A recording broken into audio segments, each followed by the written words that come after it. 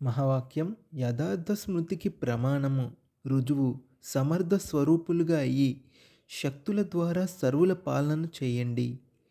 యథార్థ స్మృతికి రుజువు సమర్థ స్వరూపులుగా అయ్యి శక్తుల ద్వారా సర్వుల పాలనను చేయండి.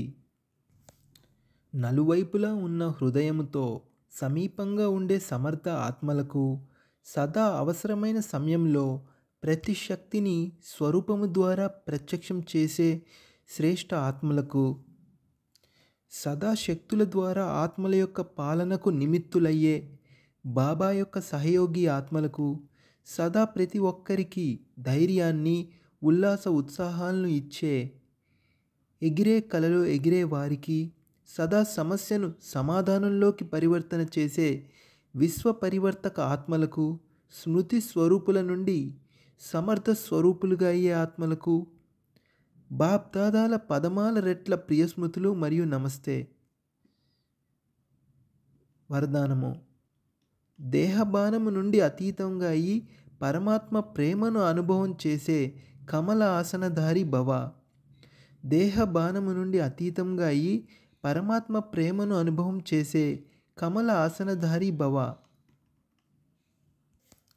వివరణ: కమలాసనము బ్రాహ్మణ ఆత్మల శ్రేష్ఠ స్థితికి గుర్తు. ఇటువంటి కమల ఆసనధారి ఆత్మలు ఈ దేహబానము నుండి స్వతహాగా అతీతంగా ఉంటారు. వారిని శరీర బాణము తన వైపుకు ఆకర్షించదు.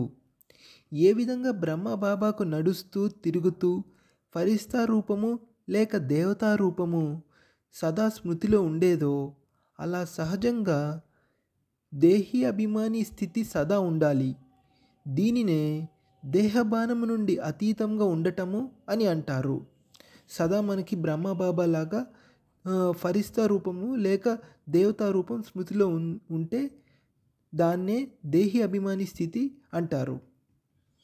ఈ విధంగా దేహబానము నుండి అతీతంగా ఉండేవారే పరమాత్మకు ప్రియమైన వారిగా అవుతారు. స్లోగన్: మీ విశేషతలు మరియు గుణాలు ప్రభు ప్రసాదము. వాటిని నావి అని భావించడమే దేహాభిమానము. మీ విశేషతలు మరియు గుణాలు ప్రభు ప్రసాదము. వాటిని నావి అని భావించడమే దేహాభిమానము.